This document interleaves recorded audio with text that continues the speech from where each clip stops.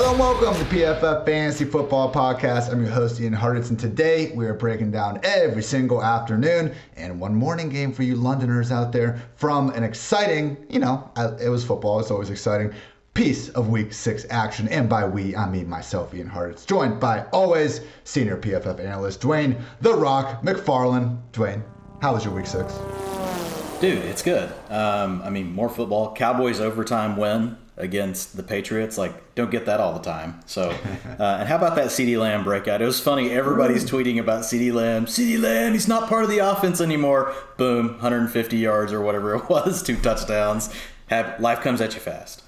No, man, I actually, they might have messed up too, but I, on all of Twitter, had the single worst "this didn't age well" tweet when the Cowboys got that field goal. No. The pick 6 from Diggs at the end, and the ball goes back to Mac Jones. I decided to be all smart-assy, and I tweet, a lot of time still for Mac Jones to hand off down the field. First play, he goes freaking 70 yards to Kendrick Bourne. I literally couldn't even get the tweet off before I was looking like an idiot. So knock yourself out, old takes exposed. Great throw, Mac Jones. But yes, that is always the fun part of trying to live tweet along with some of these. One note before we get started, A.J. Brown downgraded to questionable with an illness ahead of Monday night. This is problematic. Dwain, there's not going to be a lot of guys out there on the waiver wire for anyone that's stuck in this terrible position, but maybe they're listening to this Monday and they need to try to make a quick addition. Thinking through it in my head at this moment, we got Nick Westbrook. We don't know his whole last name. We got Josh Reynolds. We got maybe Gabriel Davis on the other side of things. I think it's just going to be a prayer dart regardless of who you take. Do you have any major thoughts on this situation? No. Here's the thing. It's an illness. So I'm hoping he's fine. You know what I mean? I'm hoping he's fine because basically if he had to miss practice or couldn't practice or was limited or whatever it was today, he kind of has to be listed as questionable once he misses practice time. So it could be more of a technicality, but I don't have any particular thoughts. I guess it would be Westbrook. You could throw a flyer on Rodgers. I can't tell you which one is going to do anything. It's not been consistent. Very tough to tell. It's not COVID, seemingly, because he would be on the COVID list if it was, so that's good. I do think he plays just a tough situation. I did tell people before, hey, guys like OBJ, guys like Alex Collins, people that weren't the most egregious of plays, I understand playing them over AJB, just a tough situation to be in all around. But let's go ahead and get into the recaps here. Jaguars took down the Dolphins, and, an entertaining enough 9:30 a.m. start London game. Jacksonville covered as 2.5-point underdogs. The under hit at 47.5. I was only able to watch the first half of this one, had to go do our PFF NFL show for the majority of the second half, so I wasn't able to count any sheeshes in this one. I did just want to note, though, 0 touches for Carlos Hyde. You absolutely love to see that for you James RB1 Son truthers out there. And we also saw Marvin Jones, 7 catches, 100 yards, and a score. And to a lesser extent, Laviska Shenault, 6 catches, 54 yards. At least get back in the good graces of this offense. Both guys had 10 targets. This was a week after we saw Jamal Agnew and Tavon Austin just really dominating the target share. So that was good to see from a Jacksonville side of things. On the Miami side of the ball, there were 2 great players, and one of them we were thrilled about, Dwain. Jalen Waddle, 10 catches, 70 yards, and 2 touchdowns. Still only a long of 14. The fact that we have seen him still put together these high-ish end fantasy weeks despite not breaking any big plays yet. Actually, we would prefer to see the big plays, obviously, but it is good to see that he still has this sort of floor, particularly with Tua under center. And also Mike Gesicki caught 8 of 9 targets for 115 scoreless yards. Hey, if you could have told me before the season Will Fuller and Devontae Parker aren't going to be playing this year, so Gesicki is going to be the number 2 receiver, I probably would have had a lot more exposure to him. That is the case at the moment, so yes, we can certainly get back to treating Gesicki as a top 10 fantasy football tight end. Of course, the Miami backfield continued to just look absolutely muddled as hell, showing no rhyme or reason. And this one, it did kind of seem like they wanted to continue to give Gaskin the best chance early. Ultimately, only 9 yards on his 5 carries, and on his 6 targets, he caught just 2 of them for 5 yards. So I think a mix of ineffectiveness and just randomness because they continue to rotate Malcolm Brown, Salvin Ahmed, and Myles Gaskin each and every week. So Lawrence, Tua, each one over 300 yards. Each didn't look all that impressive while doing so. I think Tua especially just had an absolutely brutal pick from what I've been hearing, in the PFF streets. So, Dwain, what stuck out to you in this one from a usage perspective? And I'm assuming it has to be James Robinson finally taking over a little bit. Let's go. Yeah, real quick on Gaskin, he had a fumble early in the game, so he was in there early. But who knows? Like, it's the same thing we've seen. It's just a complete rotation. We talked about it last week. People are going to get excited, want to have him in their lineups, and then it's going to disappoint. It's basically a three-way split. Yeah, as far as Robinson goes, yeah, I mean, absolutely, 95% of the rushing attempts, 86% of the snaps. He was out there. During a passing play in a route, 65%. Of the pass plays. So he also had 100% of the 2-minute offense. So 42% of the long down and distance. So that's the only spot where he's getting spelled at all, and that went to Carlos Hyde.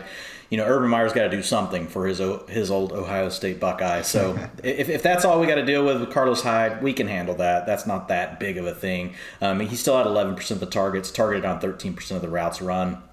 Laviska Shenault, though, a season high, man, 85% routes run. On the passing plays, out there 100% of the time on long down and distance. We hadn't seen that in the past. He was out there 100% of the time in the 2-minute offense. It seems like that would be pretty normal, right? You would want to have one of your best players out there at all those times. Not so much with Urban Meyer, but we did get to see that this past week. So I think that's a positive thing. 87% as far as the routes for Marvin Jones. So, I mean, they were right there together. 27% target share for each player.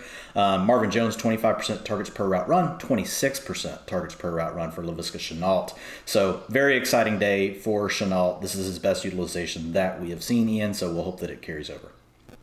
Love to see that. And yeah, James Robinson, last year in 14 games, 250 total PPR fantasy points. This year, on pace in 14 games, 244. So, I've heard people say this year's James Robinson is just also James Robinson. It's starting to look that way from a fantasy points perspective. Now, this year's James Robinson cost you a top 4, top 5 round pick to get. Last year's was gotten off the waiver wire, but semantics, I don't want to be that dick to take the fun out of fantasy. So you do you, James Robinson truthers. It's working out. And, we just want everyone to ball out, Dwain. There's no hate here on the PFF Fantasy Football Podcast. PFF Lily stat, as always. This is just purely a cool stat named after my wiener dog. Nothing too much to look into. And it is in regards to Jalen Waddle's average target depth, because we have seen him throughout most of his rookie year be used in this Tavon Austin, Lynn Bowden type role just all around the line of scrimmage, except when Tua has been under center. So in week 1, Jalen Waddle's average target depth was 10.2 yards. Then Tua leaves. The next 4 weeks, 0.7 yard average target depth. 2.8, 4.3, 7.1. Tua comes back, second highest of the year at 9.8 yards. So, we also see a trend moving up from weeks 2 through 6. So I'm not saying Tua is the sole reason here. Either way, the two most relevant sample sizes we have with Waddle consist of him getting a lot of targets and getting more fantasy-friendly downfield looks as well. So hopefully you didn't freak out on Jalen Waddle. I was starting to get to that point last week, and Dwayne told me, relax, we're fine, getting Tua back. He's still the target leader in the offense, and we are looking good moving forward there. Next up, we had the Packers take down the Bears 24-14. Green Bay covered as a 5.5 point favorite. The under cashed at 44. You're going to be hearing a lot of unders hitting on this one today, people. Biggest sheesh in this one was Khalil Herbert had a 15-yard touchdown nullified by a pretty iffy holding penalty. It's funny because this wasn't even one of the games I was able to have my full eyes on, so I'm not always able to get the completely most accurate, breakdown of every play. I'm trying to watch 5 other games at once, so every now and then I'll send out a sheesh alert on Twitter on how people give some pushback on this Khalil Herbert touchdown. People were pissed that they had that holding call. So I believe Darnell Mooney scored on the same drive, so I didn't mess up the Bears actual chances to win the game. But yeah, that sucks for Herbert, but he still had himself a hell of a day. 19 carries, 97 yards, and a touchdown. He also chipped in 2 receptions. We just did not see anything from Ryan Nall or any other running back in this one. So that was great to see.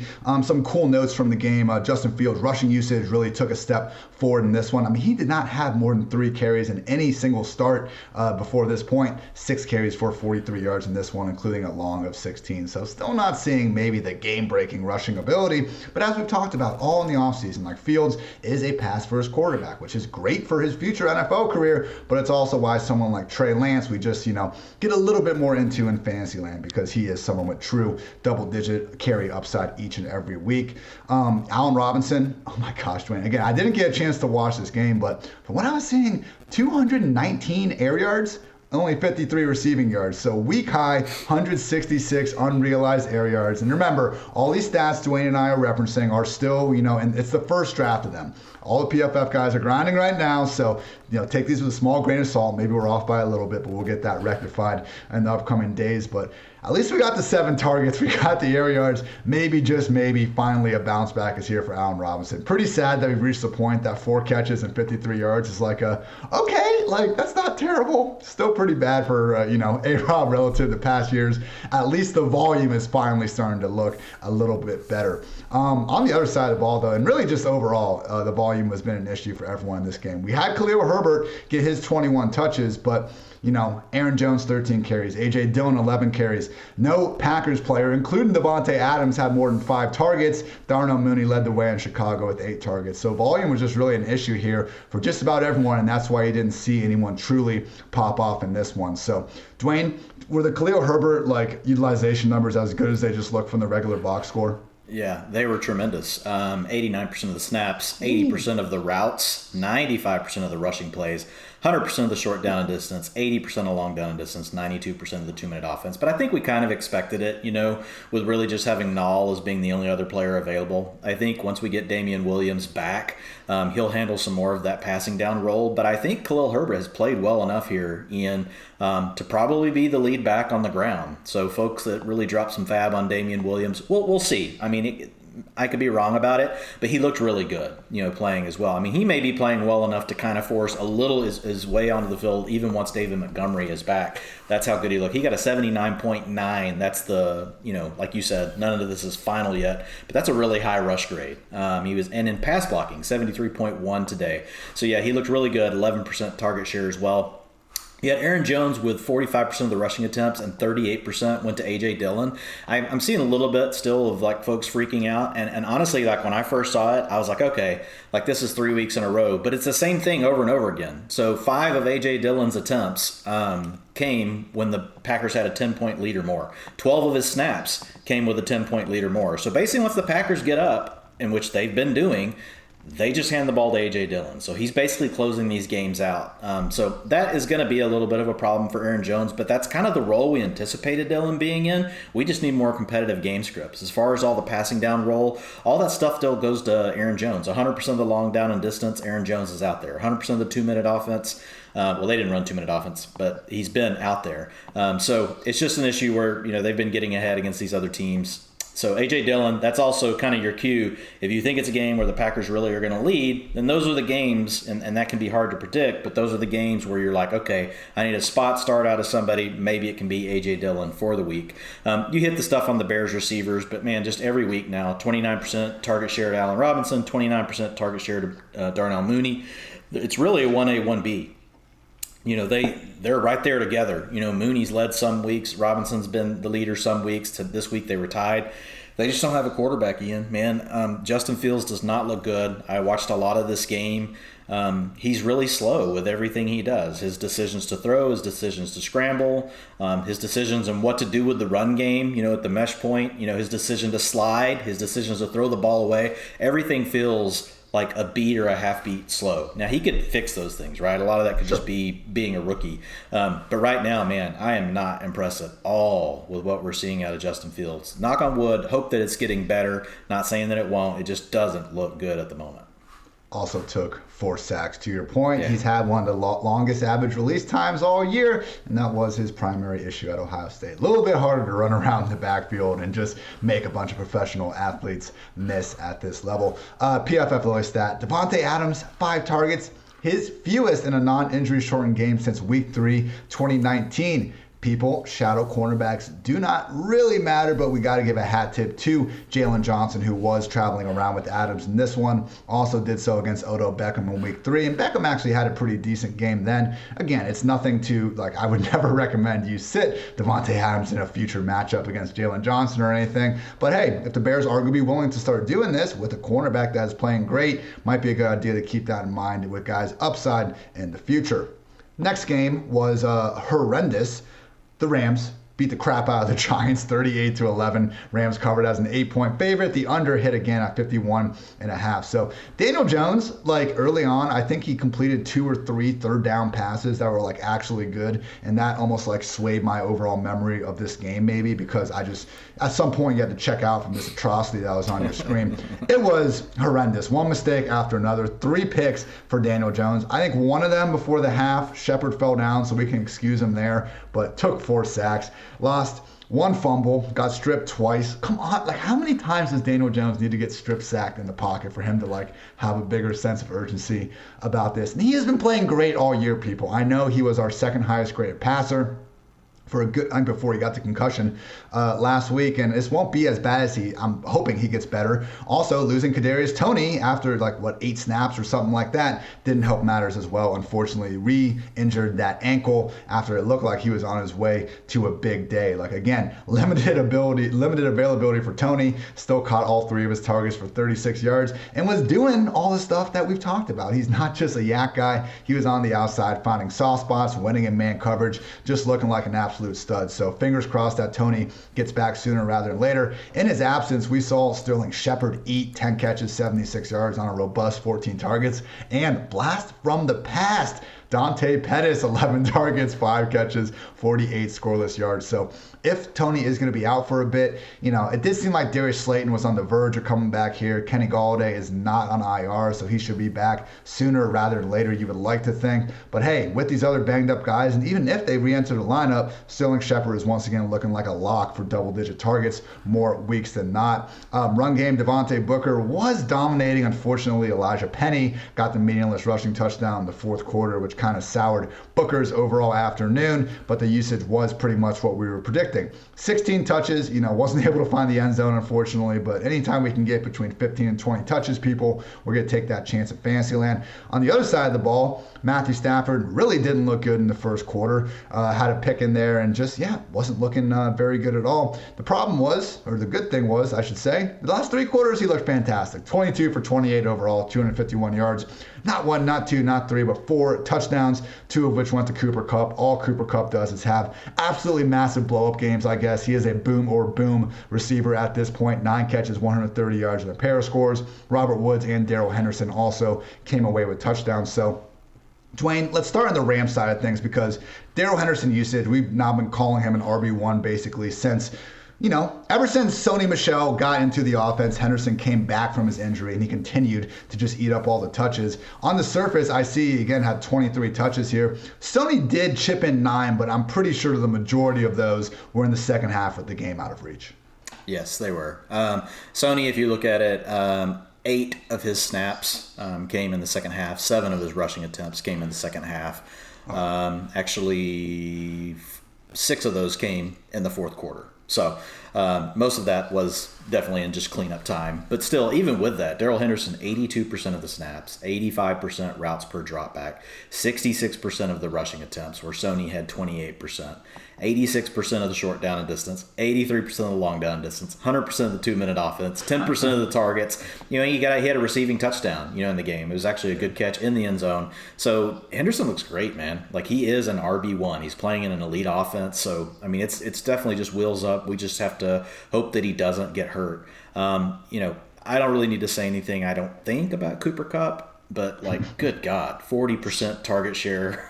50% of the air yards per route run, 4.19. 85.1 receiving grade on the day. Cooper Kupp went bananas today. Tyler Higbee had a great matchup.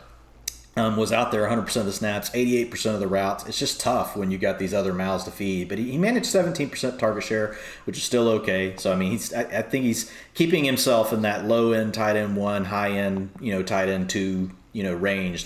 Sure. The underlying utilization that he has actually is of a low-end tight end 1. It's actually closer to a mid-range tight end 1. It's just you have these other 2 to 3 players that they like to target more than they do Tyler Higbee, at least so far. But still, Higbee could still have some value, down the stretch. We'll have to wait and see. Sterling Shepard got back to work and looked really good. You mentioned that. Out there, 91% of the snaps, 95% of the routes per pass play out there to get 30% of the target share, 35% of the air yards. So he's looking really good. And yeah, man, Tony, dude, 60% targets per route run. He only had 6% target share, but for the few routes he ran, Ian, 60% of the time he was targeted. And I went back and just watched those plays. Dude, he's really special. He's really special. I hope he can keep his head on straight. He can get healthy. Hopefully this isn't anything any more than just, a tweak of that injury. And maybe they give him another week. He gets healthy and I think he could be really valuable down the stretch. Booker, yes, it was really just at the end of the game. It was kind of like it was over. Gave Elijah Penny, that look. But everything else, Booker was pretty much dominating everything. What were Booker's overall snaps? 72% of the snaps, 71% of the rushing attempts, 100% of the short down distance, 100% of the 2-minute offense, 70% of the long down distance. That's an every down back. Yeah. That's just the way the cookie crumbles sometimes. That's the way the cookie crumbles. As Bruce Almighty might say back in the day. So, yeah, again, we're trying to predict the volume. Hopefully we can get it with some good production sometimes too. But Dwayne and I aren't miracle workers as much as we try to be with this. So as long as we can get as close as we can to the volume, we'll consider that a minor victory. We can't read minds, Ian, but what can we read?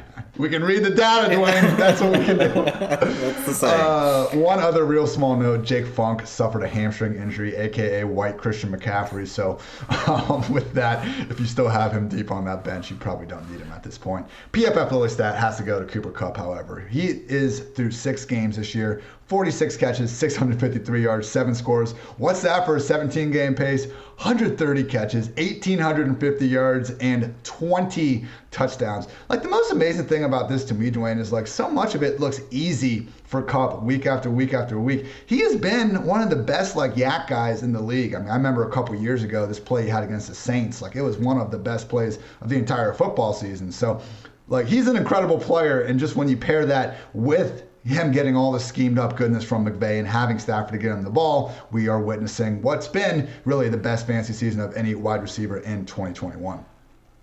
Bengals took down the Lions 34-11. Yeah, a lot of blowouts in this 1 p.m. slate. Since he covered as 3.5-point favorites, the under cashed at 48 points. Only sheesh from this one was T.J. Hawkinson, who still had a good game. 8 catches, 74 yards on 11 targets. One of those targets, though, probably could have been good for a near 40-yard touchdown. Got wide open on a wheel. At a minimum, this should have been a chunk gain to put him over 100 yards. Unfortunately, Goff sailed it, and we just got a sheesh out of it. So, cool notes from this one. Chris Evans, man. Now, he had 4 carries. He only had, I guess he had 3 targets. But, again, they use him as a pure wide receiver. And it's so rare to see this from running backs. Like Austin Eckler and Aaron Jones and Naeem Hines sometimes. Those are kind of the big 3 in terms of yards per out run when lined up in the slot or out wide over the past few years. Evans is going to have his name up there soon, though, as soon as he gets enough usage to qualify. You just can't put a linebacker on him out wide because he can get past him and he can track the ball like a receiver once he's downfield. So Burrow immediately looked his way, found him for the score. But it's okay, everyone. Chris Evans got his, and so did Joe Mixon as a receiver. 6 targets himself, caught 5 of them for 59 yards and a score on the touchdown, man, 40 yards. And Jamar Chase was out there inspiring myself and 100,000 other fantasy analysts to make a joke about Penei Sewell being jealous of that block. So great job by Chase downfield blocking, and great job just continuing to be a freaking stud. Only saw 6 targets in this one, caught 4 of them, 497 yards, including another 53-yard just chunk play down the middle. Again, it's just incredible. Chase is doing everything he's doing this year. He is not just a great top rookie, he is a true top receiver, period, already as a rookie. Anything else? Oh yeah, one other small thing. Guess who scored a touchdown, Dwayne? Auden freaking Tate, 7 yards to the house. Haters might point out it was because normal number 4 receiver Mike Thomas was injured. I don't care. Auden Tate scored a touchdown, and so did another one of my favorite guys, so I am very hyped about that. CJ Uzomah also scored a touchdown. Who really cares there? DeAndre Swift got a touchdown. And yeah, Dwayne, Auden Tate scored. Great day for me. Yeah, I couldn't believe you buried the lead like that. I thought that was going to be I was like, once you didn't say it at first, I was like, well, okay. I should have opened the podcast with it. I don't know what I'm doing. I figured you were saving something for PFF Lily, but now you have me curious. But a couple quick notes on this game. This is the second week in a row that we've had T. Higgins back. It's also been the second week in a row where Tyler Boyd has been a little more the player left out. I'm not saying that's going to last forever. Tyler Boyd's a good player. Defenses are going to adapt. but it does definitely seem like T. Higgins and Jamar Chase are the two players that really Joe Burrow is continuing to lock in on. T. Higgins actually led the team in targets with 26% versus 19% for Jamar Chase. Jamar Chase just continues to do his thing, though. 2.55 yards per route run on the game, and just doesn't seem very guardable down the field, Ian. Like, I don't know how else to say it. I know this was the Lions, but every time I see a ball sail off of Joe Burrow's fingertips and it's headed in the direction of number one, he seems to figure out how to create separation and come down with the ball, which is, it's the normal thing. As far as Chris Evans goes, man, like in Dynasty, like I'm very interested in Chris Evans. Like, he looks really good because, like you said, he's got the receiving part of his game down, and we've just seen that be something that can unlock huge upside for backs. Joe Mixon, look, he's getting all the work. I'm happy with where he's at, for coming back, having a limited practice, a DNP, and then another limited practice. He had 63% of the snaps, 58% of the rushing attempts. Probably could have handled a little bit more, but they didn't even really need him to. He was out there for 67% of the short down and distance, still took 100% of the 2-minute offense. He looked okay in the passing game today, but Evans he's got juice, man. He's got something that Joe Mixon doesn't have, and it really makes you, when you see it in the same game, you're like, whoa, like, is Mixon just, still hurt? Is he, and Mixon still had some good plays, so I don't want to make it sound terrible, but Evans is a player I'm definitely monitoring in Dynasty, or if you're in a super deep season-long type format, Evans is the player that I definitely want to have on my roster. Travion Williams did get involved in this one as well, with Samaje Perine out due to COVID-19. He handled 19% of the rushing attempts versus 13% for Chris Evans. On the Lions side, TJ Hawkinson. I know I had a lot of people come to me, oh my gosh, panic mode, do I get rid of TJ Hawkinson? Look, the equation for tight ends is really simple.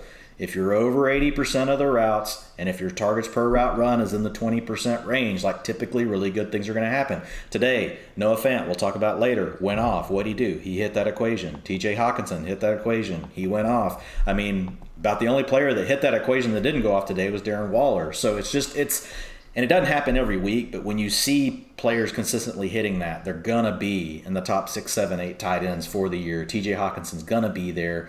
28% of the targets today, 30% targets per route run. Like Ian said, man, I was watching that game when that happened, and it was almost kind of like a Top Gun, like where who'd go. Like, he's like looking like, where is the guy? Like, is he on my right side, my left side? And, the ball just kind of came in at a weird angle. It's like, and Hawkinson knew it had just flown by him. Amon-Ra St. Brown continues to really be the second target on the team. 21% of the targets today. He was out there for 80% of the routes. So another guy, if you are in a deeper format, he could be worth having on your rosters. And Jamal Williams. These are the games you have to worry about with Jamal Williams. When the Lions...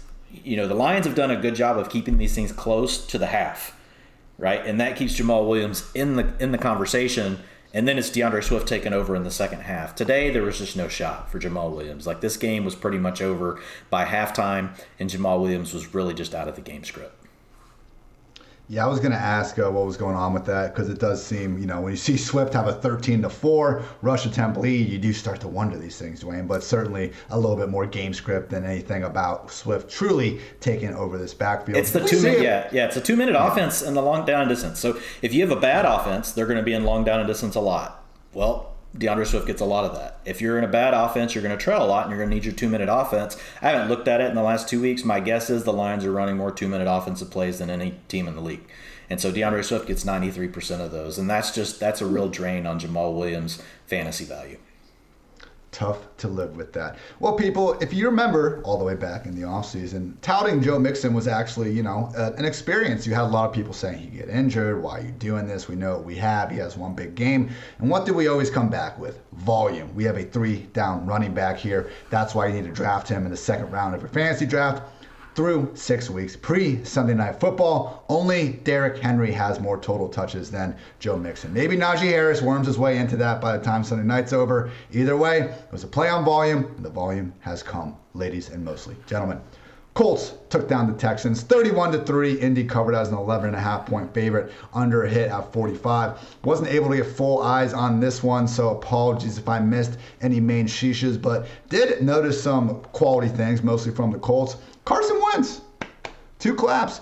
Only one interception all year, and it was on that kind of weird shovel pass play against the Rams where like Doyle kind of got tackled anyway, and should he have pitched it? Probably not, but hey, it was pretty fluky, and that's the only time he's been picked off all year. So no, he's not quite back at world beater MVP level, but the fact that he has become not the most turnover-worthy play-prone quarterback in the league should be seen as nothing other than a massive positive, and he's been doing it while banged up, and he's been doing it behind a banged-up Colts offensive line. So, again, we don't hate anyone out here, but when players are so bad, it's just hard to try to find good things to say about them. So Wentz was horrendous in 2020. That's why most people didn't have a good thing to say about him. Now he's playing better in 2021, so I hope that people will join me in saying good things about Carson Wentz, because in addition to just not having turnovers, my goodness, man, 52-yard bomb to T.Y. Hilton, 51-yard bomb to Paris Campbell, just putting that ball downfield on a dime. So it was against the Texans, I know, but if Carson Wentz can just start splitting in some big play potential here and there without having turnovers, and while giving the ball to Jonathan Taylor as many times as possible, that's how the Colts could actually make some ruckus in this still pretty wide open AFC South. So Jonathan Taylor was the clear star of the show. Why did he only have 14 carries in a game they won by 28? I don't know, but he at least converted them into 145 yards and a pair of scores. Had an awesome 83-yard score, not 83-yard score, 83-yard run. Ended up scoring on the drive where it looked like he might go all the way, but it truly is just scary how someone as big as Taylor can be that elusive and can also have that long speed. I mentioned the Paris Campbell 51-yard touchdown. I was getting hyped, man, because with Paris, he's a Buckeye, so I have, a certain allegiance to him more than other players. But truly, taking off my Buckeye hat for a second, he has always been electric with the ball in his hands in short areas. But like his big knock coming out of Ohio State was, I think he only had like one career touchdown on a pass thrown more than 20 yards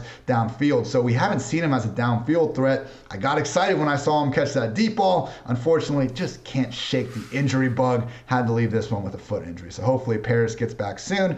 Unfortunately, T.Y. Hilton, who once again rose to Texans, death taxes, T.Y. Hilton going off against the Texans. Remember, people, he wore a clown mask to a playoff game against the Texans and proceeded to torch them there. He had 80 yards on 4 targets in his first game back. Unfortunately, suffered a quad injury, so we'll need to check that out. That was about it from the Colts. Unfortunately, Michael Pittman, only 3 targets, and that's the risk we run sometimes. With that said, his main competition, Hilton and Campbell, are hurt, so I wouldn't be afraid to go back to Pittman as an upside wide receiver 3 in week 7 and probably beyond. On the Houston side of things, got to get Mark Ingram 18 carries whenever you're losing by 28 points. Why the hell not? The only fantasy relevant guy continues to be Brandon Cooks. 13 targets, caught 9 of them for 89 yards. So again, man, like that was a big takeaway from last week with Davis Mills. Like never did we dream that Mills was going to be this consistent fantasy quarterback, or even that we get more than one consistently fantasy relevant receiver in Houston, as long as Mills can exist in the 2 to 3 seconds between getting the snap and getting the ball to Brandon Cooks 5 to 10 times per game. We will be happy with that. So yeah, there's a low floor here. There will continue to be, but Cooks can continue to be pretty close to Michael Pittman, treated as an upside wide receiver 3 here moving forward. Dwayne, let's break some hearts, man. Why does Marlon Mack continue to be so damn involved? Just, I guess you can't answer why, but let's let everyone know how involved he has been. Yeah, I don't get it, man. Jonathan Taylor, 12 of his 14 rushing attempts came in the second half. Like, you had 2 carries at halftime. What the hell? It's like the equation is not this hard, Frank Reich. You're making shit so hard on yourself. I do not get it. Like some of these coaches, and I know, we're just too fantasy analysts, Ian, and I know there's things coaches know that we'll never know, but I don't need to know a lot to know that Jonathan Taylor should be getting more touches in an offense. So, but yeah, Matt continues to be a hindrance. 19% of the snaps, 23% of the snaps to Nyheim Hines, 65% to Jonathan Taylor. Jonathan Taylor had 56% of the rushing attempts versus 16% for Hines, and 20%. You got to give a fifth. You got to give a fifth to Marlon Mack. I mean, you have to. Like, it's a rule. It's in the Frank Reich, rule book. I don't know what it looks like. I don't know where he keeps it, so I don't know how to destroy it. But maybe somebody from our audience can figure that out and handle it for all of us. We wish no harm for Frank Reich. Only the rule book that says that Marlon Mack needs a fifth of the touches. So do not do anything else to Frank Reich. Only the rule book, okay? So the nice thing with Taylor, He did take 100% of the short down and distance in this one. We had seen them actually giving some of those away for some reason. He did take half of the long down and distance, but it's just mainly just taking too long to get him involved in the ball game is it. And there's nothing really on the Texans side. You hit the only thing. Brandon Cooks, 31% of the targets, 57% of the air yards, targeted on 30% of his routes. If we got any programmers or coders listening, there's a market here, people, to make some shitty like online fantasy football video game where you just have like small tasks and it's like infiltrate Frank Reich's house and destroy his playbook so he'll stop giving Marlon Mack touches. Find a way into the Bengals, sneak into T. Higgins' house and turn his alarm off so Auden Tate gets to play finally this week. Possibilities out there, people. Just saying, don't sleep on it. PFF Lily stat is for Jonathan Taylor. Remember, this was annoying last year. It wasn't Marlon Mack, but it was Jordan Wilkins. So we really haven't seen him even have this featured of a role until a little bit into last season. But in his last overall 16 games, 251 carries, 1,352 yards, 13 rushing scores, another 37 catches, 353 yards, and a pair of scores receiving. So basically, people, we had a 1,600-yard back with 15 touchdowns in his last 16 games, even though we don't have ideal usage just yet. So if we can ever get that Derrick Henry workload for Jonathan Taylor, the ceiling is truly the moon. Dwayne, when we were previewing games, I was like, hey, I'm not this great gambler. I'm not going to pretend to be, but there's a line that I really like. I love the Chargers taking down the Ravens. Oh, my goodness, that did not come close to happening. Ravens 34, Chargers 6, Ian's bank account minus too much money. Baltimore covered as 3-point favorites. The under hit at 50.5. Couple sheeshes here. Marquise Brown dropped his third, if you want to be a hater, his fourth touchdown of the year. This one was 21 yards. It was out there on the fingertips, but if it hits both your hands, you should be coming down with that. Not here to pick on Hollywood by any means. I think he has overcome that sort of criticism. He can have a down week. That was the only target that he didn't come up with, but also had Mark Andrews and 5 catches, 68 yards, and a touchdown. He was good. On the target, I don't know. The announcer was saying, like, there's nobody on his side of the field, even though the safety was coming over the top. At a minimum, it should have been another 20 or 25-yard catch, but Lamar sailed it. In best case, Mark Andrews is known for his yak, and he takes it for a touchdown. And he got taken down at the 1-yard line. So either way, Mark Andrews, who Dwayne has been telling you guys to buy low on, not well before last week. We're not going to try to pretend like it was after that or anything. But Mark Andrews keeps on keeping on is all I'm trying to say here. Also saw the rookie debut of Rashad Bateman. And hey, man, we'll see what happens here. We were kind of skeptical that he would step in and immediately be this featured guy. But you look at the target totals. Mark Andrews 6, Rashad Bateman 6, Marquise Brown 5. So there was no Sammy Watkins in this game. We need to see what it looks like when he comes back. It wouldn't be shocking if Bateman does split time with Sammy Watkins to an extent. For right now, though, if Watkins remains sidelined, we can be a little bit more optimistic with Bateman kind of getting into that probably wide receiver 4 territory. Most tilting experience of this whole game, though, was Devontae Freeman, Latavius Murray, and Le'Veon Bell all scoring short touchdowns. None of them had fewer than 8 carries. None of them had more than 9 carries. Absolute nightmare 3-back committee in an offense that, of course, still features Lamar Jackson getting 8 carries and 51 yards for himself. On the Chargers side of things, probably better off just to more or less forget this one. Justin Herbert had a stinker. They continued to go for 4th downs very aggressively. This week, they were not able to get them. Because of that, Baltimore built enough of a lead that they cut this freaking game off in the 3rd quarter. I had to watch the end of freaking Rams-Giants and Lions-Bengals, but for some reason, they deemed Ravens-Chargers not good enough to go on. So sorry if I missed anything in the 4th. I physically wasn't able to watch it. I would note that Mike Williams seemed to hurt his back or maybe his knee again in the 2nd quarter, so he missed some time in the first half because of that. And then it looked like once they got down so much, they pretty much just pulled him out of the game. So week 7 bye could not come soon enough for Mike and the Chargers. I think it'll be a great chance to get him 100% for the second half of the year, where we can resume treating him as an upside wide receiver too. But yeah, Eckler, everyone disappointed here because they scored 6 freaking points. So credit to Jared Cook for the touchdown. I think he dropped 2 other passes throughout this one. Also, Keenan Allen caught all 5 of his targets for 50 yards. So Dwayne, I'm just going to kind of forget this game for the Chargers workload wise, because in the future, we know what this offense is. It goes through Mike Williams, Keenan Allen, Austin Eckler. Nothing about this performance makes me think that's going to change. Yeah, there's really nothing to hit on here with the Chargers. It's their normal. They just had a bad game. You did see a little bit more work for Josh Palmer, with Mike Williams out. So he looks like he would be the player that would see a spike. Jalen Guyton had already been out there. But we knew KJ Hill was a possibility as well. Really, all of it went to Palmer. So for some reason, Mike Williams were out. Josh Palmer would really be the next player in. Obviously, that's not going to matter to you unless you're in a really super deep format type league, or if you're looking for a free square in DFS come week 8. But hopefully, Mike Williams will be back. We knew this was a risk. He was only out there for 38% of the routes per pass play, and it was pretty much over by halftime. So with the Ravens, I'll hit on Bateman in a second. What was interesting, they led by 10 points or more 70% of the game. So they ran 21 personnel on 41% of their plays. Jeez. So Mark Andrews only played 54% of the snaps because he's not a run blocking tight end. He's literally only out there, when they're in 11, or he'll be out there in 12. He's pretty much only out there if they're throwing the ball. He was still out there for 73% of the routes.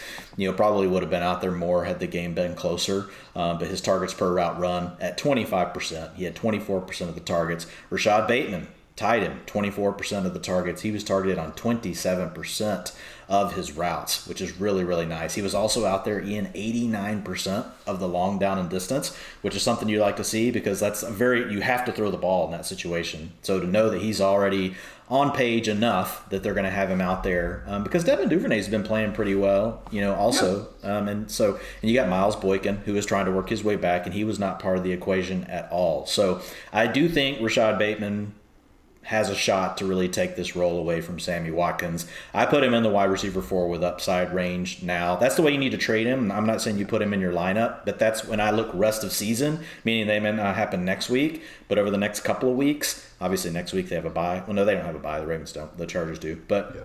Over the next couple of weeks, we really could see Bateman get to a spot where in the games where they're competitive, like this game is not the best example because they basically ran the ball just as much as they passed the ball because they led by so much. But the other positive is that it was still 50-50. Used to in a game like this, the Ravens would have ran the ball 65% and only passed the ball 35%.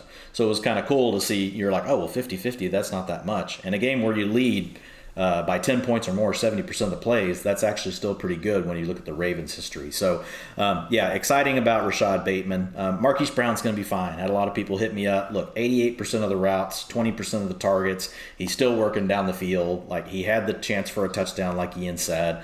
So I think Marquise Brown is a top 24 receiver, period, the rest of the year, and he's going to have plenty of top 12 weeks. He could push really to be a high-end wide receiver, too, and I don't see that changing for him. PFF Lily stat has to go to Lamar Jackson, though, because, he just picks up a casual 51 rushing yards, continues to look like the best athlete on the field, and at this point, we almost take it for granted. Only players, not quarterbacks, players with more fantasy points than Lamar Jackson as a pure rusher this season: Derrick Henry, Jonathan Taylor, Ezekiel Elliott, Nick Chubb, and James Robinson. The fact that we are getting the passing upside on top of this is what makes Lamar such a fantasy football cheat code. Before we continue on, real quickly, we mentioned the Chargers have a bye, just so you all know. Week 7 bye weeks: Los Angeles Chargers, your Pittsburgh Steelers, Minnesota Vikings, Jacksonville Jaguars, Dallas Cowboys, and the Buffalo Bills. And also, before we get back into the schedule, I just want to say that right now, people, you can get 25% off any PFF subscription if you use code FANTASY. If you enjoy the podcast, if you don't enjoy the podcast but just have $25 or so you want to spend, I invite you to use code FANTASY to go get you a PFF subscription. You can get all of our locked article content, weekly player rankings, strength of schedule, goodness, all sorts of DFS tools, and our NFL and college football betting dashboard. So again, support the pod and use promo code FANTASY for 25% off any sub. Dwain and I will be forever appreciative of you. Also want to point out and thank and note that the PFF Fantasy Football Podcast is sponsored by Western Southern Financial Group. While you focus on your roster moves, Western Southern helps advance your money moves, buying your first home, planning to start a family, wondering how to make your money grow. Western Southern's playbook of life insurance, investment, and retirement solutions helps you rest assured on game day. So team up to identify your needs and address your goals with a game plan built just for you. Get started at westernsouthern.com/PFF. 2 more 1 o'clock games to get through every one. The Chiefs took down the football team 31-13. KC covered as a 6-point favorite. The under hit at 54 in a game where we had a few win concerns, but ultimately didn't really seem to impact this one. Only sheesh I really had was courtesy of Tyreek Hill. He got schemed to target near the goal line early on. I'm not so sure he would have scored on it, but just realized one of Patrick Mahomes' interceptions went directly off of Tyreek's hands into a defender. It almost happened earlier when Tyreek slipped and fell down and the Washington defender actually dropped the pick. So Mahomes got a little unlucky there. On his second pick, though, that was like 100% on Mahomes. And it's hard to even blame him, Dwayne, because we've seen Mahomes just like make the impossible reality so often. He thinks he can make any throw on the field because, I don't know, I kind of think he can make every throw on the field. As he was getting ripped down, he tried to do a throw he shouldn't have, and then accordingly got picked. What'd he do? Otherwise, 397 passing yards and a pair of scores. One to Tyreek Hill, one on a lovely throw down the sideline to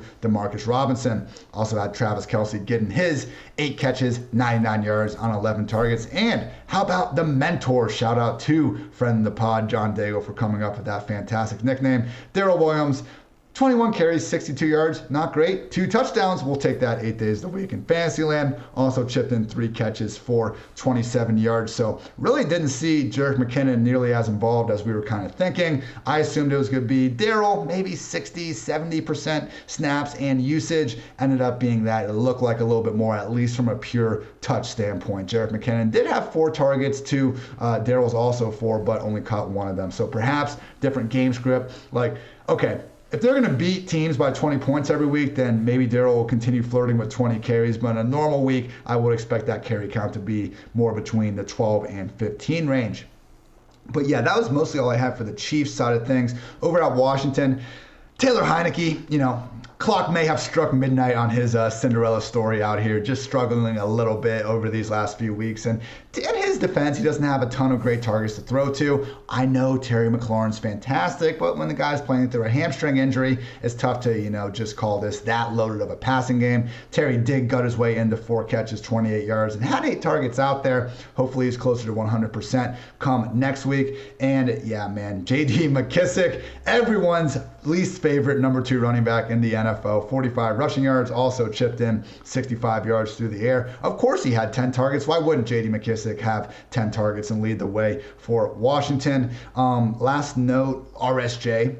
We nailed that one, Dwayne. Love to see that. 4 catches, 58 yards, and a score on 6 targets. The touchdown was a little bit blown coverage-ish, but you know what? I don't think a non-receiving friendly like Ricky Seals-Jones is being asked to run routes 40 yards down the field like that in the first place. So we will take it and continue to play his every snap role. Final few notes I have. I would note that Terry McLaurin, the 4 catches, 28 yards, he did have 129 unrealized air yards. So I saw one play in particular early on where he had a step on 2 defenders deep. Heinicke couldn't put it right on him, but when he was out there, seemed to be a normal role, and he continues to eat downfield. Now that we don't have to worry about this hamstring, he should be in lineups each and every week, similar to the Cortland Sutton thing last week. We just didn't get the good game to go along with him playing through the pain. Couple injuries real quick.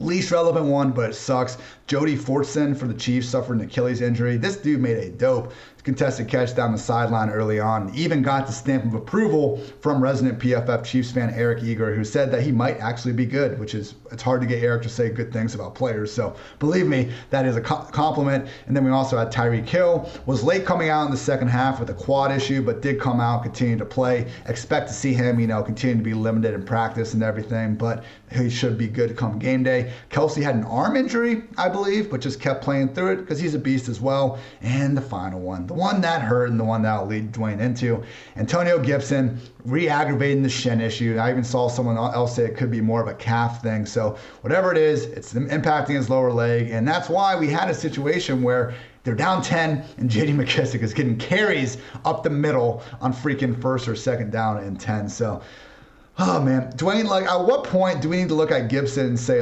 his injury re-aggravation is very real, and as much as it's going to be hard, particularly with bye weeks, to rank him as anything other than RB2, the days of him having the Jonathan Taylor role, man, even that seems like a stretch at this point because he's not able to be as effective as we're used to. 1, because of the injury, and 2, because, let's face it, this Washington offense isn't very good. At this point, Gibson, lower end RB2, that man, if you can find anyone to take him, like don't sell completely low on him, but if someone still thinks he's, I guess, close to that RB1 threshold, might not be the worst idea at this point. Yeah, I would have no problem with it. I mean, they were also out without Brandon Scherf and Sam Cosmi today. Scherf's been out for the last three weeks. Cosmi was out this week, though. So, I mean, the offensive line is banged up. He's banged up. They need rest. But look, he doesn't own the passing role. Like, we've been over this, so we don't have to continue. 100% of long down and distance, again, to J.D. McKissick. 100% of the two-minute offense to J.D. McKissick. Jarrett Patterson, we did talk about on this show as being a player that if you play in a deep format, he's a guy to have at the end of your bench. Like, he could be the next man up. Like, if they come out and they're not trailing immediately, I expect Jarrett Patterson to handle more of Antonio Gibson's work. I think what happened in this one, Ian, is they're down by a lot. It's a passing down every play. You got a younger player in Patterson. They just went with McKissick all the way. So I think McKissick will pick up a little bit more work if Antonio Gibson has to miss. But I think Patterson will probably pick up a lot of those carries in a normal situation. He only had 5%, of the carries today. As far as the Chiefs go, you mentioned Darrell Williams, 72% of the snaps, 84% of the rushing attempts. That's the big thing, 84%. 100% of the short down and distance, which he had been taking that work already, so that wasn't a surprise. But the surprise was 100% of the two-minute offense went to Darrell Williams, not Jerick McKinnon. So, like, what we've wanted for Clyde Edwards-Helaire, like, all season, Darrell Williams comes in and gets. It's just, it's crazy. It's like a couple of years ago, I remember this happened with DeAndre Washington with Josh Jacobs. Josh Jacobs was in a three-way committee. He gets hurt. He's out for 2 games. DeAndre Washington comes out there and gets the whole workload. Like, there's no Jalen Richard, nothing. It's all DeAndre Washington. I'm like, what is going on? Like, this is crazy. So it's the same kind of thing here with Darrell Williams. Just goes to prove that we can't read minds, Ian. We can only read the data. But it's a good spot for Darrell Williams to be in because he's going to own half to 70% of the passing work and pretty much all of the work on the ground in an offense that it's not elite right now, but we know it's got Patrick Mahomes at the helm, and anytime you have that, right, you're going to be in a position where you can score a lot of points. So Tyreek Hill, he was not out there for his full complement, but wow, hats off to him. Was only out there for 61% of the routes, but was targeted on 40% of his routes, led the team with 30% target share. Obviously got into the end zone, made fantasy managers happy today. So out of this big group of backup running backs we had kind of thrust into the starting roles this week, I think we were understandably, I don't regret our process of putting Darrell beneath the other guys. It was just based on who we thought we were going to see the most touches. Knowing what we know now, though, Dwayne, between Chuba, Devontae, Khalil, and Darrell, assuming all these starters remain out, do we move him up or is he still number 4? I feel like at a minimum, it's closer. I still think Chuba should probably be number 1. Khalil's getting number 1. I think it's so tough, man. They're all in the same tier, is the problem. Like there's no gap between them. Right. Really I had all of them within 2 spots of each other in the rankings. Yeah. So, and I know, look, it sucks. Like, I know you guys look to us sometimes for the ranking. You want the exact rank, but that's also why I put out my tiers piece. Because when they're really close like that, I mean, what I'm telling you is, look, they really are all similar. And things could go one way or another in the game, and it's going to let one of them come out on top. So if you're ever looking at my rankings, Ian, you're probably the same way. And I've got 3 players close to each other, and they're all within like 2 or 3 spots of each other, but you have a favorite out of them. Just go with the one you love. Like, it's fine. Like, now, if it's dropping down a tier, that's why I do the tiers piece. If it's dropping down a tier, that's different. But these players were all in the same tier, so a lot of this just comes down to game script.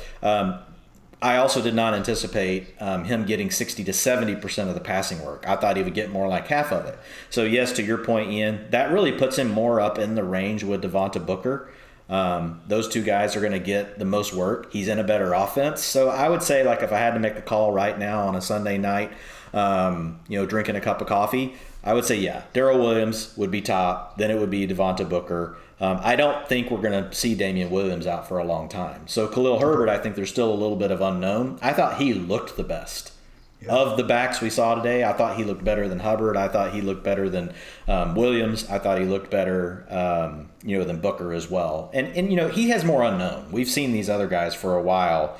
now in the league. Besides Chuba Hubbard's a good player. So, but I would say it would be Williams, then Booker, then Hubbard and Herbert right there together.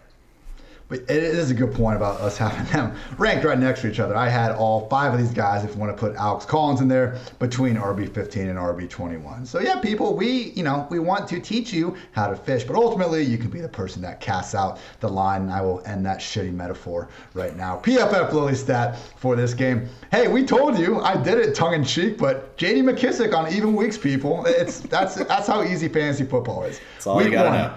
Week 1, RB77. Week 2, RB7. Week 3, RB46. Week 4, RB14. Week 5, RB68. Week 6, pre-Sunday Night Football, RB11, J.D. McKissick.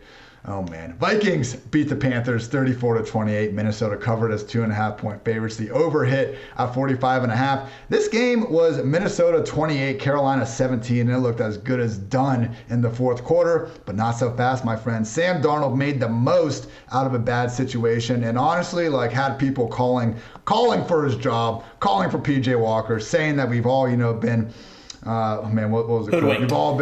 We've all been hoodwinked, bamboozled, and led astray by the first couple of weeks from Sam Darnold. Look, it's hard to say too many good things about a 17 for 41 stat line, but my goodness, man, he took them down there and he forced overtime. So his 41-yard throw to Ian Thomas down the seam on 4th down was maybe the single best throw of the day. And we've always known Darnold at least has that arm talent to make stuff like this happen. That's why he was drafted, I believe, number 3 overall back in the day. So, never been a big thing about can he do it. It's just will he be able to do it consistently at the NFL level. Clearly, he wasn't that consistent today, but we did at least see some flashes when the game mattered most. 4 carries, 48 yards, also got that rushing upside. So if you started Donald as a streamer, didn't completely wreck you. I know you're not feeling great about it, but I also wouldn't necessarily be terrified of going back to him in future weeks, particularly once maybe we can get CMC and or this offensive line performing a little bit better.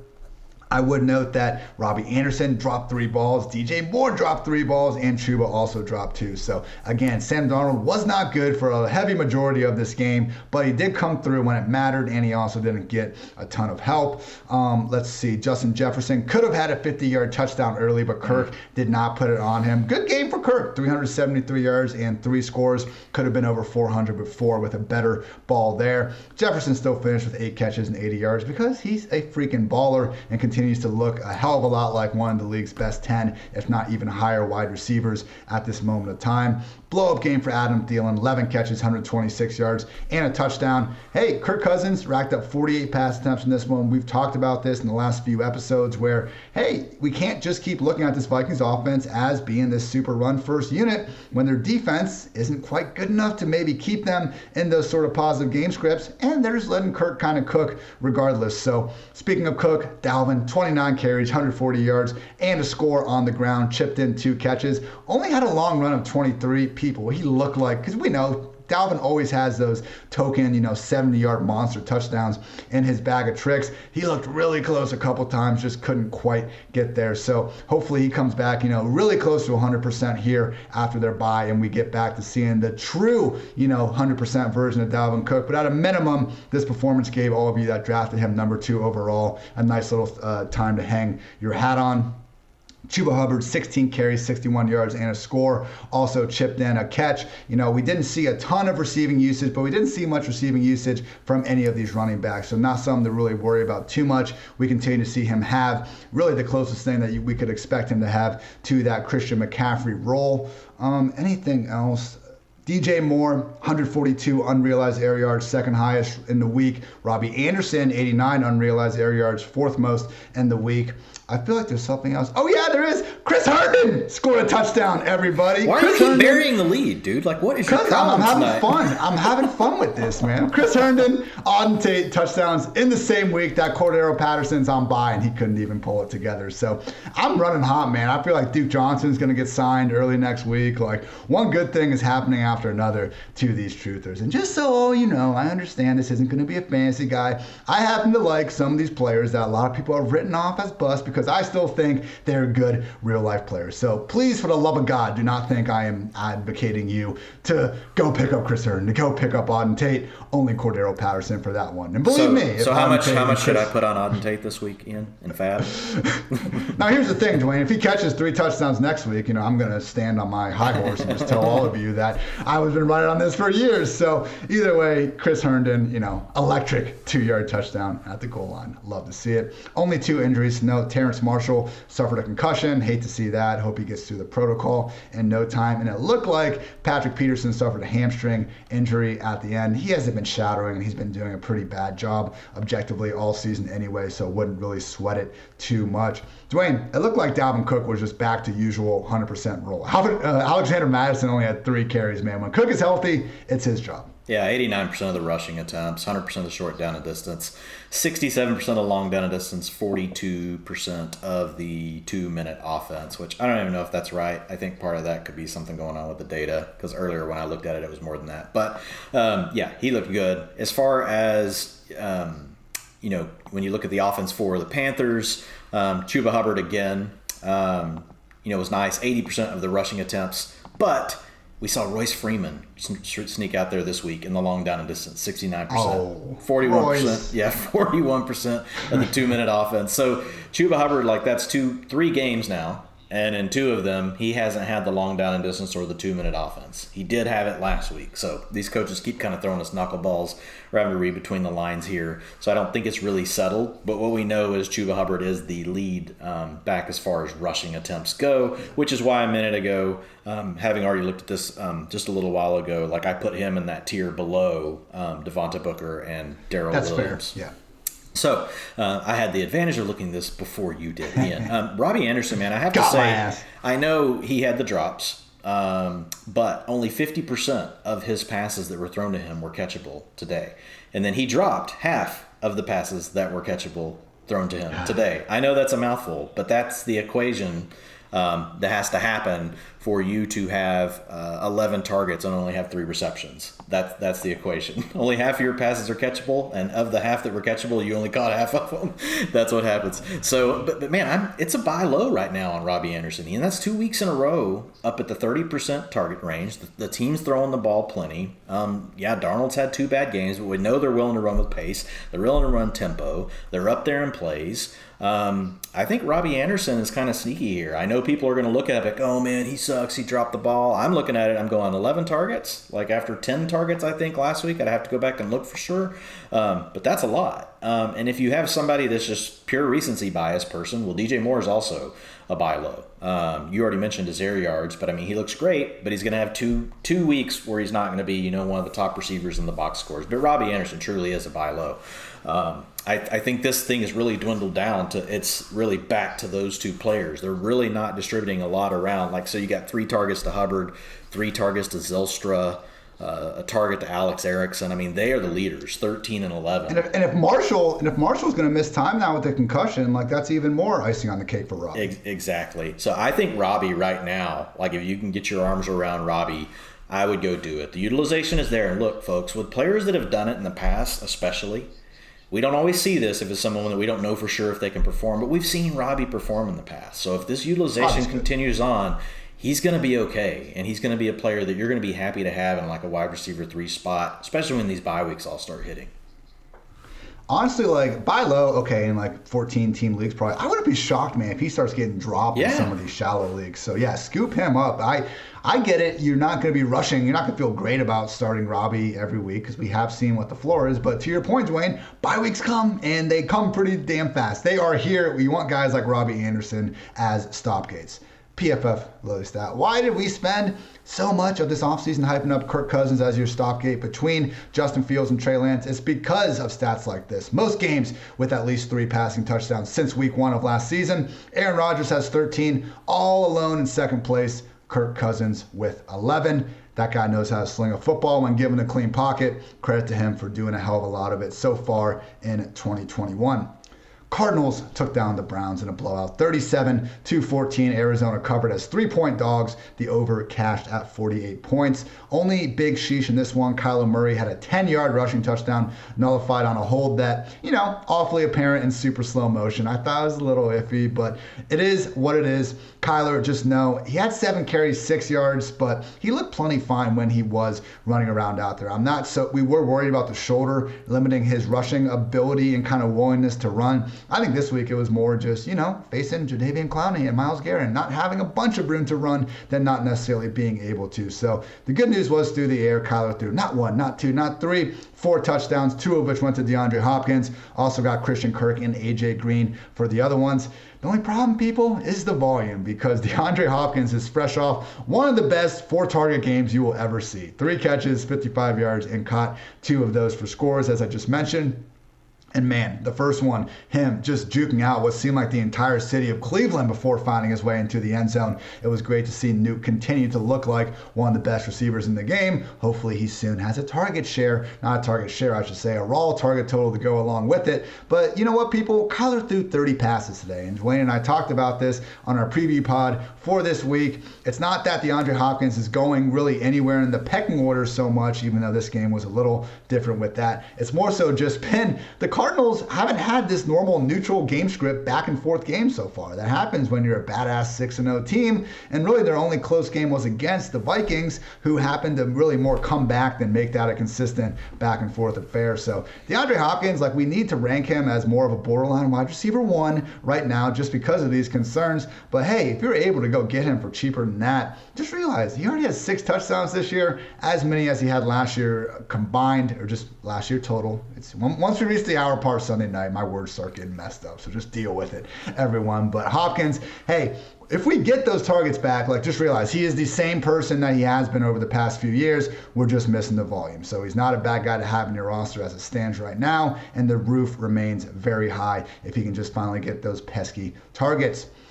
James Conner, 16 carries. Chase Edmonds, 4. Hate to see it. I wonder if he re-aggravated something, Dwayne. I didn't see anything, but Chase ripped off a 40-yard run early. It looked explosive as hell and just really didn't touch the ball much after that. So keep an eye on the injury report for Chase Edmonds. We know he's been dealing with the shoulder. I didn't see anything here, but it's usually kind of tough to get full injury information. No touches in the fourth quarter. So that tells you. And okay. They were also up. It doesn't necessarily mean he was hurt. It could also just mean they know he's still playing with an injury and they want to protect it. So if you look at the fourth quarter alone, you got 13 snaps for James Conner. You've got 0 for Chase Edmonds. So that alone is what throws all the snaps and everything off of the game. Hate to see that. That's pretty much all I got on the Arizona side of things. Baker Mayfield, man, it looked bad. He's playing with the partially torn rotator cuff in his left shoulder, or maybe it's an AC, whatever the hell he's got torn in his left shoulder. It looked like he fully tore the thing in the third quarter, horrendous. J.J. Watt immediately taking his head off and praying by him. Horrendous. Baker toughed it out and came back onto the field not long afterwards. He was wearing a sling in the post-game presser. We'll see what happens. They did bring Case Keenum in at the end. That seemed way more like we're down by 3 touchdowns at this point. Go ahead and get out there, Case, so Baker doesn't get hurt anymore. But certainly we'll need to monitor that injury report. And it's just, the Browns, man, are starting to become this injury walking, talking graveyard. Nick Chubb obviously missed this one with the calf injury. Kareem Hunt, man, hopefully he's okay, but that calf injury looked more like an Achilles. We will see what that was. Could not put any weight on his leg. Was carted off the field. Unfortunate to see from Kareem Hunt. He was out there hurdling people before. Truly one of the more fun running backs to watch in the league when healthy. Hopefully he is back to 100% before too long. And even Odell Beckham suffered a shoulder injury in the first half. Toughed it out, came back in the second half. 5 catches, 79 yards. I'm sure most people will just talk about his drop, though, on a slant on about 4th and 4 from the goal line. Wouldn't have been a touchdown. Would have extended the drive and gave the Browns a decent chance to stay. And it's a lot of good from OBJ otherwise. Obviously should have caught that one, though. Dwayne, I think that's one last thing. Donovan Peoples-Jones, fantastic game. 4 catches, 101 yards, 2 scores. The first touchdown, he catches a curl short of the goal line and completely truck sticks whatever poor cornerback got assigned to him. Second touchdown, he outleaps everyone on a Hail Mary attempt so badly that he still body caught the ball just a foot above everyone else. So Peoples-Jones, man, him and Nico Collins are the 2 glaring examples, particularly DPJ with how he's doing doing, of just like, hey, sometimes if you have a highly touted recruit, a freaking beast of an athlete, and someone that you have at least some good glimpses of film, maybe in that Michigan Wolverines offense, they just aren't preparing guys the right way to ball out at the college level, so don't be afraid to go back to the well at the NFL level. Same thing with Chris Evans, honestly, that we're seeing right now. So credit to Donovan Peoples-Jones on that great game. And this happened before the Baker injury, but cool stat from our friends at Next Gen Stats, that Baker Hail Mary was the longest completed pass in the Next Gen era, which goes back to 2016 at 66.4 yards. So Baker, man, you talk about guys that have a rocket launcher for an arm. He's got the longest completion. And then that Hail Mary attempt he had last year where he threw like out of the end zone against the Ravens, that's the longest pass attempt in the PFF database, which goes back to 2006. So, we talk about a lot of quarterbacks having like ridiculous arm strength, but truly Baker, when you give him a pocket and let him step into it, that dude, I'm not saying he's beating Josh Allen or Patrick Mahomes, but I think he can give them more of a run for their money than a lot of people give him credit for. Dwayne, we talked about Connor and Edmonds a little bit already. What happened to the Browns' backfield after Kareem Hunt was lost? Could you get any reads on that yet? No, I mean, it's Dearness Johnson came out there with 20%, of the snaps. He had 20%. Orlando Apollo's Hall of Famer Dearness Johnson. How dare you? And 20% of the snaps to Demetric Felton. 5% of the rushing attempts to Dearness Johnson. It happened pretty late in the game, so we just don't have a big sample size. We're going to have to kind of wait and just hear more. Like, what I would anticipate, Ian, would be Dearness Johnson really playing more of the Chubb role. You would have Demetric Felton playing more of the Kareem Hunt role. Like if that's what we go into the next, they have Thursday night they play. So if we don't have Chubb, or Kareem Hunt, I would probably anticipate those roles with it slightly tilted a little more to Dearness Johnson versus what we've seen with Chubb and Hunt being more of an even split. That's my gut based on the roles that they play and that we've seen in the past, especially for Johnson. We haven't seen Felton as much. Odell Beckham Jr., he was only out there for 58% of the routes due to the injury, but he did, like you said, came back in, led the team with 26% of the targets. He was targeted on 35% of the routes. So, folks, quit saying Baker Mayfield doesn't want to throw to Odell Beckham Jr. Guess what? Quarterbacks find their best weapons. Odell Beckham Jr. is still the best weapon on the Browns. Donovan Peoples-Jones did have a good game, targeted on 16% of his routes, 41% of the air yards to lead the team, 16% target share. Both receivers over 3 yards per route run, 3.43 for Odell Beckham Jr., 3.26 for Donovan Peoples-Jones. I was really excited to see Peoples-Jones do this because he's a player that I just kind of thought of as a deep sleeper to start the year, but knew that he was kind of third in the pecking order in a run-first offense. Got a little more opportunity early on with Beckham out, but he never did anything with it, Ian. So this also shows you sometimes that it's better to have two decent players, right, on the field than just one, and that can turn out, that can be something that can really help both of them. But it does appear like Peoples-Jones, maybe something clicked for him today, so we'll have to see. We will get Jarvis Landry back here. They designated him to return from IR, so we'll see what's going to go on there. We'll have to monitor the injury report with Beckham Jr. on a short week. As far as the Cardinals, just real quick, I totaled it up while you were finishing up. So 24 in the first half, Chase Edmonds 24 snaps to 17 for James Conner, yes. We're an hour in, Jonathan. There we go. James Conner, 4 in the second half to Chase Edmonds and 24 to James Conner. So Chase Edmonds was hardly used at all in the second half. So we'll need to watch the injury news on that one. James Conner emerging as the ultimate vulture of 2021. Takes us right to our PFF Lily stat is that Chase Edmonds, league high, 79 touches without a score this season. At some point, people, that's going to be what the kids and scientists like to call regression in a good way. So Cowboys beat the Patriots 35-29 in the game of the day. Cowboys covered as 3.5-point favorites, over cash at 50.5. Woo, buddy. This one did not look like it was going to be a shootout for the majority of the game. And then the end of the game happened where basically Patriots go down the field and Mac Jones completes like 3 passes, whatever. They go 75 yards. Damian Harris, gets really close down there. Ramondre Stevenson ends up punching the ball across. They take a 21-20 lead in the fourth quarter. Then the Cowboys get the ball, go downfield. They choose not to go for it on 4th and short. They kick a field goal, and they miss the field goal oh my goodness, are the Cowboys going to lose to the Patriots? What happens? Second play, Trayvon Diggs gets another interception, takes it back all the way into the end zone. That's when I sent my infamous, too much time for Mac Jones to hand the ball off, because the first play of the next game, of the next drive, 75-yard touchdown to Kendrick Bourne. I see a lot of people giving Trayvon Diggs, trying to really just take away his great season now. Guys, 7 interceptions in 6 games is so freaking bonkers. You can give up all these yards you're talking about and touchdowns. We want to pay defensive players for game-changing plays like that. You can take your yards. Interceptions are worth so much more than those yards he's given up. It's not even funny. So yes, it's part of the puzzle. We don't need to crown him as the best cornerback to ever live just yet. But the same reason why touchdowns mean more than yards, same reason why interceptions mean more than yards as well. But Patriots get that score. Cowboys go down, get a field goal to send the game into overtime, and then end things with a touchdown to CeeDee Lamb. Plenty of sheeshes along the way. Jacoby Myers, our friend Jacoby Myers, finally scored a touchdown, but not so fast, my friend. It got nullified on a hold, and the very next play, Mac Jones fumbled, killing the drive. So it's going to happen eventually. Jacoby had himself a very nice game. He's going to continue to be a wide receiver 3, but man, oh man, at some point, God needs to give this dude a break, help him find his way into the end zone. We also had Cedric Wilson, quote-unquote, drop a 15-yard touchdown. It wasn't so much on him. It was a great thrown pass from Dak, and the defender made a nice play on it. The reason why it's a sheesh, because they freaking Fox or wherever this game was on showed the graphic of Cedric Wilson touchdown before you realized the ball rolling outside the end zone. So that was awfully tilting, but Cedric certainly made up for that with several nice catches down the stretch. And honestly, my biggest issue with this whole game, Dak Prescott sneaks it from the goal line on 3rd down. Under 2 minutes, I believe, were left in the second quarter when this happened. He finishes the play in the end zone. They don't call it a touchdown. They don't even review it.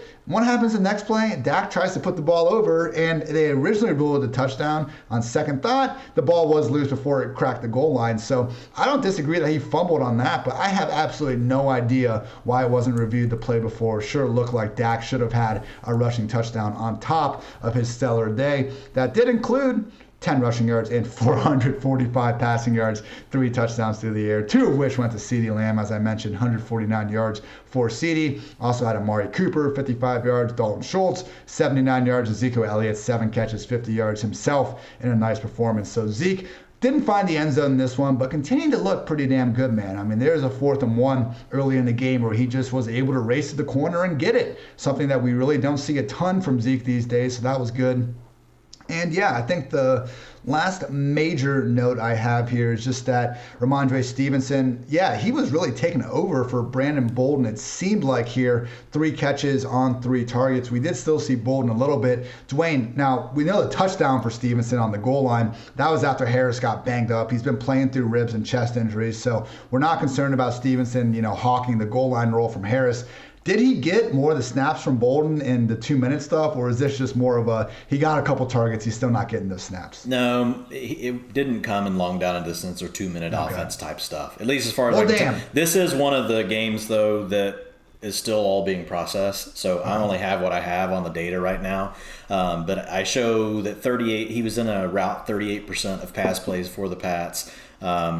But none of those came on long down and distance or in the 2-minute offense, at least based on what I have so far. Makes sense. And as always, people, check out Dwayne's utilization report on Tuesday. That's what we're going over a lot right now with this data. So only injuries to note. I mentioned Damian Harris had to leave late into that drive. Man, I always tweet out on Tuesday when I do my running back article, the week's leader in broken tackles. I think Damian has finished second 1 or 2 weeks already this year. Would not be surprised if he finds a way to lead week 6 in total broken tackles. So keep an eye on that. And also Dak was in a walking boot after the game, so it didn't seem anything super serious, but why else would he have a walking boot on if it wasn't something at least somewhat serious? So I believe I mentioned the Cowboys as one of those teams having a bye here in week 7. Seems to be coming at a nice time. PFF Lowly stat is for Trayvon Diggs. 7 picks in 6 games, people. This does not happen. In 2020, J.C. Jackson racked up 9 picks on the year. Xavier Howard had 10. That was it. Again, 6 games, 7 interceptions. He could not have a pick for the rest of the year. Hell, the rest of his career at this point, and we would still have to say Trayvon Diggs is one hell of a cornerback. We have reached the final game to break down. Raiders took down the Broncos 34-24. Las Vegas cashed as a +5 underdog, over cashed at 45 points. Couple sheeshes here from Courtland Sutton. Oh man, he ended up getting a touchdown at the end. He had a solid performance for himself. So, if you didn't watch this one, you just look back at the box score. I'm sure you're not too disappointed. But it's just kind of the story of the season now for Courtland. What could have been? Again, 8 catches, 94 yards, and a touchdown. That's great. He should have had a walk-in 62-yard touchdown in the first half. We're talking 8 yards of separation down the sideline, and Teddy just couldn't put it anywhere near him. Courtland Sutton's a big guy. This dude, every single inch of that 6'3" frame was extended, could barely get a fingertip on it. Also had a good 20 or 30-yard chunk play. Wouldn't have gone for a score, but we'll take those yards. Again wide open, again overthrown. And then finally, still in the first half, he had a solid 15, 20-yard catch, called back on a pretty questionable OPI push-off, in my humble opinion. So I'm happy he got the good second half, because that one catch, 14-yard line in the first half was looking pretty awful. So I'm sure at some point this week, I'll throw those clips on a little sheesh film and show you guys exactly what he missed. Shout out Derek Carr, back-to-back pretty rough games for him. Looked much more like the guy we saw in the first 3 weeks of the year and really most of 2020. 341 yards, 2 touchdowns, but really both dimes, one downfield to Henry Ruggs, one on a wheel route to Kenyon Drake that could not have been dropped in the bucket any more perfectly. So really, with Ruggs, it just comes back to the same thing. Throw this guy the ball more. Only 4 targets. He caught 3 of them for 97 yards and a touchdown. I agree with the general idea that you earn targets and they're more a factor of the receiver being great than, a quarterback ignoring them. Like you said, Dwayne, of course, Baker's going to want to throw to his best receiver. People like me just make a big deal about it the few times he doesn't. But with Ruggs in this one, he got loose early for the long score. And then, on the third down, Carr said, fuck it. And he threw him a long one again. And this was more of a contested coverage opportunity. Ruggs still managed to come down with it. We also had T.O./Randy Moss/Brian Edwards catch a 51-yard pass down the sideline. Again, beautiful deep ball from Derek Carr. And really, just the reason these guys having a good game and Derek Carr only throwing the ball 27 times was why Darren Waller had just 5 targets, caught 5 of them for 59 yards.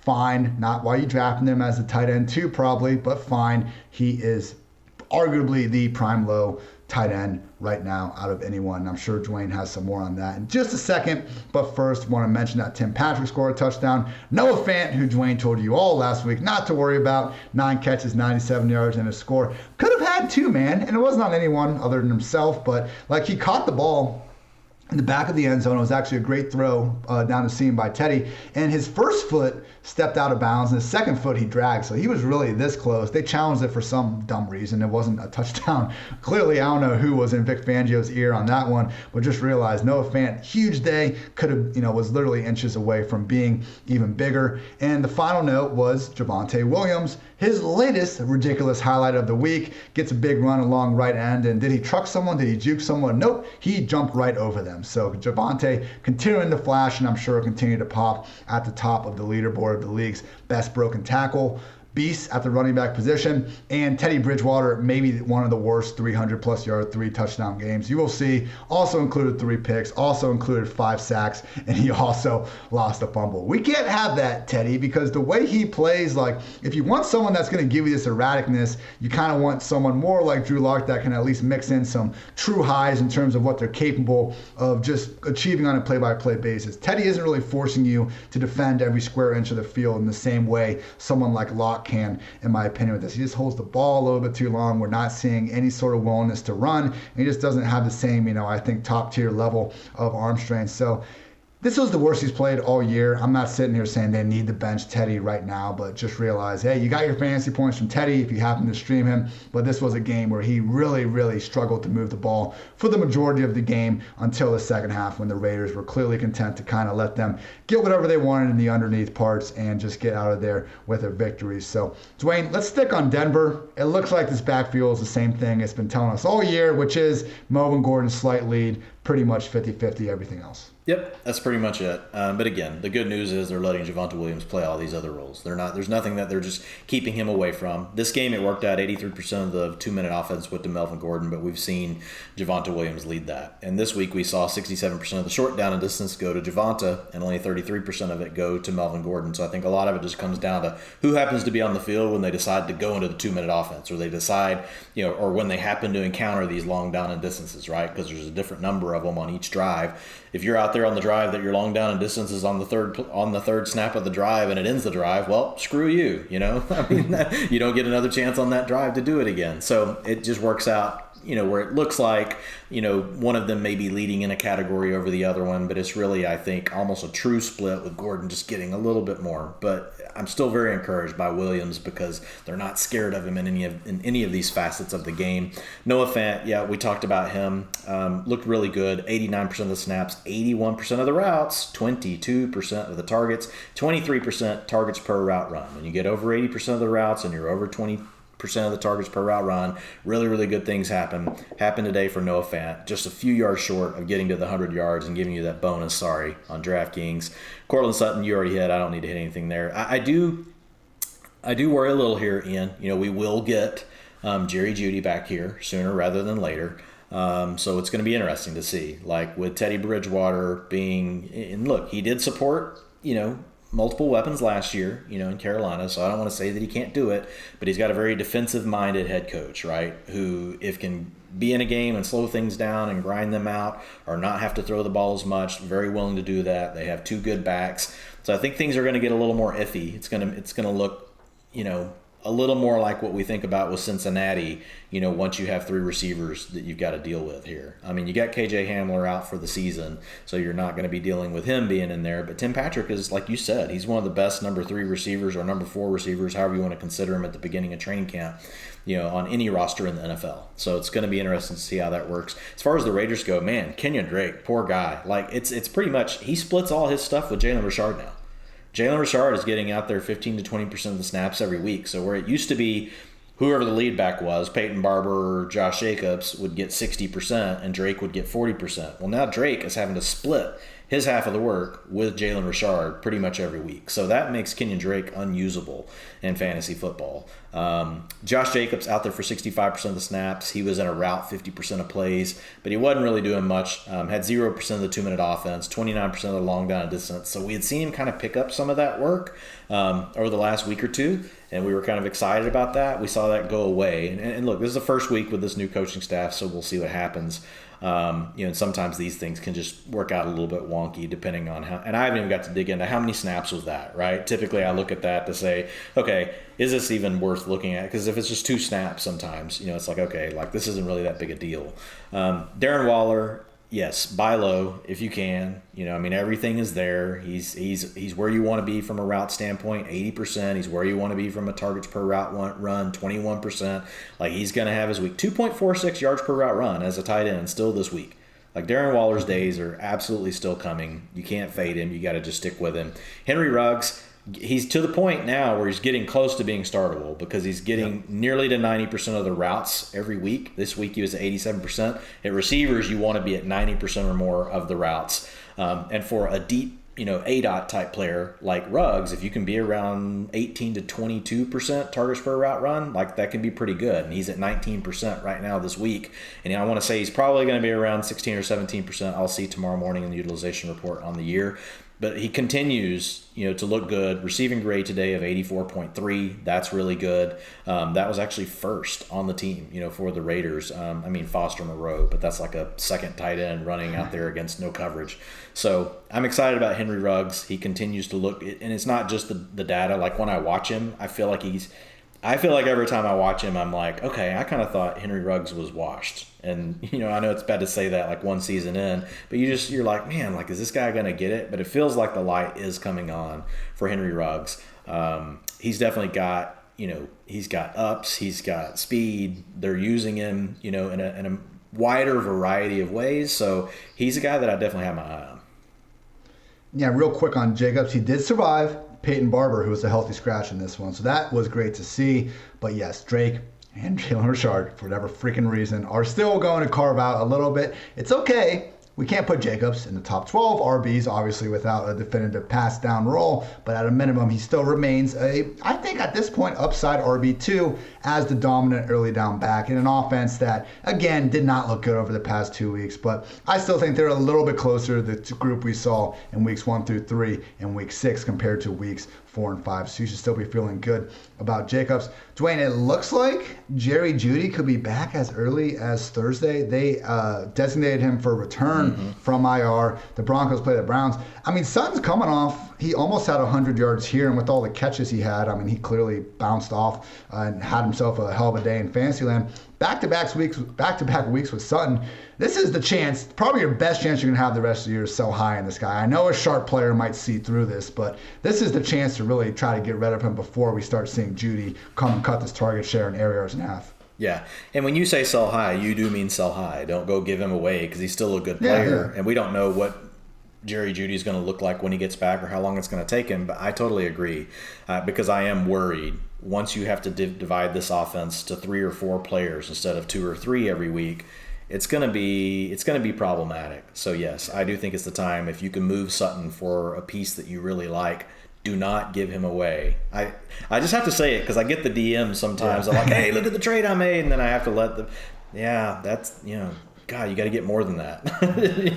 People are gullible out there, man. One of my buddies in my home league hits me up at 4:00 trying to talk trades. I obviously don't have time. I don't want to talk trades in the middle of NFL freaking Sunday. And he had said in our group me, hey guys, I got Tua.